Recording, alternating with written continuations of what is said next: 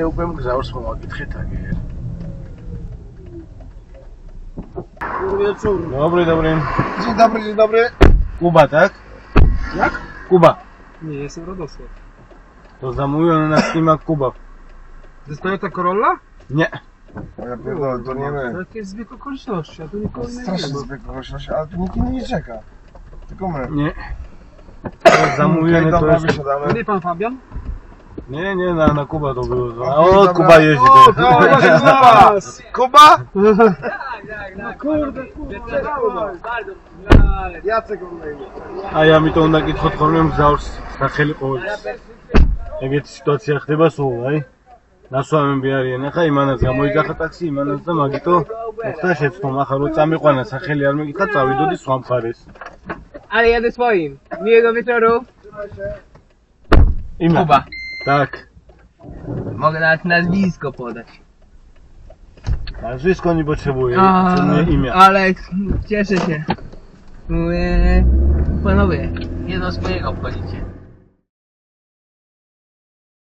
Dziękuję ślicznie. Dzięki za wszystkiego dobrego i dobranoc. Ja już wychodzę, sprawdzam czy wszystko. Masz Dobra. wszystko? Sprawdzaj to wszystko masz? Mam, dzięki. Okej, na razie. ეგეთი მგზავრიც ყავდა ბოლოში. ანუ ესე იგი, რა ხდება? თუნდაც ახლა ლაპარაკის დროს, უბრალოდ ლაპარაკობდით იმ თემასთან დაკავშირებით, რომ ანუ ადამიანმა გამოხატა მისი აზრი, ეს სიამოვნა და სასიამოვნო იყო მისთვის ის, რომ ტაქსი გამოიძახა, მივიდა ადამიანი, სხვა ქვეყნის მოქალაქე, ემიგრანტი და ესაუბრება თავის ენაზე. თვითონ ადამიანმა ახსენა ისიც, რომ მე არანაირი პრობლემა არ მაქვს იმასთან დაკავშირებით, რომ ანუ ვიღაცა ინგლისურად დამელაპარაკებაო თუ კიდე სხვა ენაზე, რომელიც საერთაშორისოა და რაღაცა, ხო?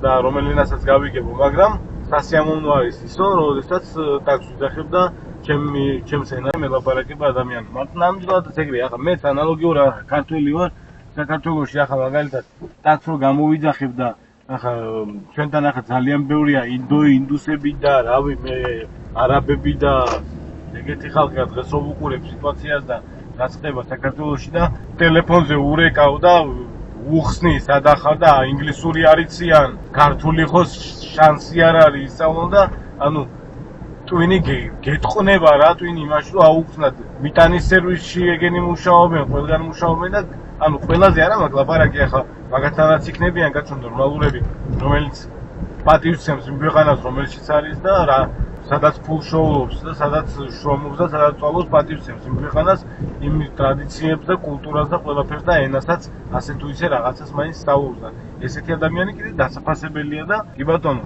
მაგრამ უმეტესწილად მაინც ისეთი კატეგორია ხალხი არის, რომელიც ფეხებზე კიდიათ რა ჩამოვიდა იმუშავა და აიღო არაინტერესები. ანუ ეგრეა ზუსტად დაკაც.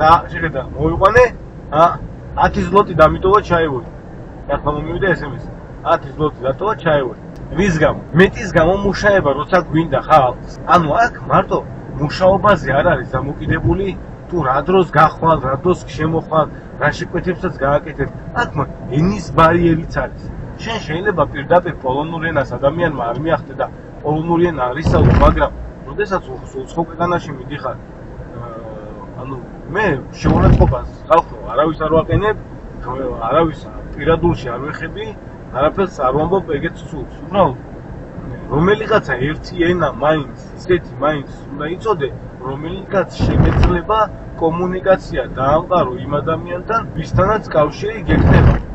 დღის განმავლობაში ახლა 20 და 30 კაცი რომ მიყავს, ვიღაცა მაინც გამოგელაპარაკება, ვიღაცა მაინც რაღაცა ორ სიტყვას გეტყვის და ანუ რაღაცა პასუხი რო გასცე მაგისთვის, რომელიღაცა ენა მაინც უნდა იცოდე ის ენა თუ არა. ახლა მე იტალიაში რო წავიდე, არ ვიცი არაფერი, მაგრამ ყოველ შემთხვევაში წასვლამდე რაღაცა ორ სიტყვას ან გამარჯვებას ვისწავლი, ან კარგად იყავის ვისწავლი, რაღაცას ვისწავლი, ხო? და ბოლო-ბოლო იმას ვისწავლი, რომ ახალი ვარ, ჩამოსული ამ ქვეყანაში და არ ვიცი ენა და შემიძლია გელაპარაკოთ ან ინგლისური იქნება, ან რუსული იქნება, ან რაღაცა, ხო? ანუ ამ ადამიანმა ახლა დააფასა ის, რომ მე მას ვესაუბრე პოლონურ ენაზე, თავის ენაზე ვესაუბრე და 10 ზლოტი მეჩქა ტიპი. ამიტომ ეს არის უკვე ის, რომ მეტის გამომუშავება.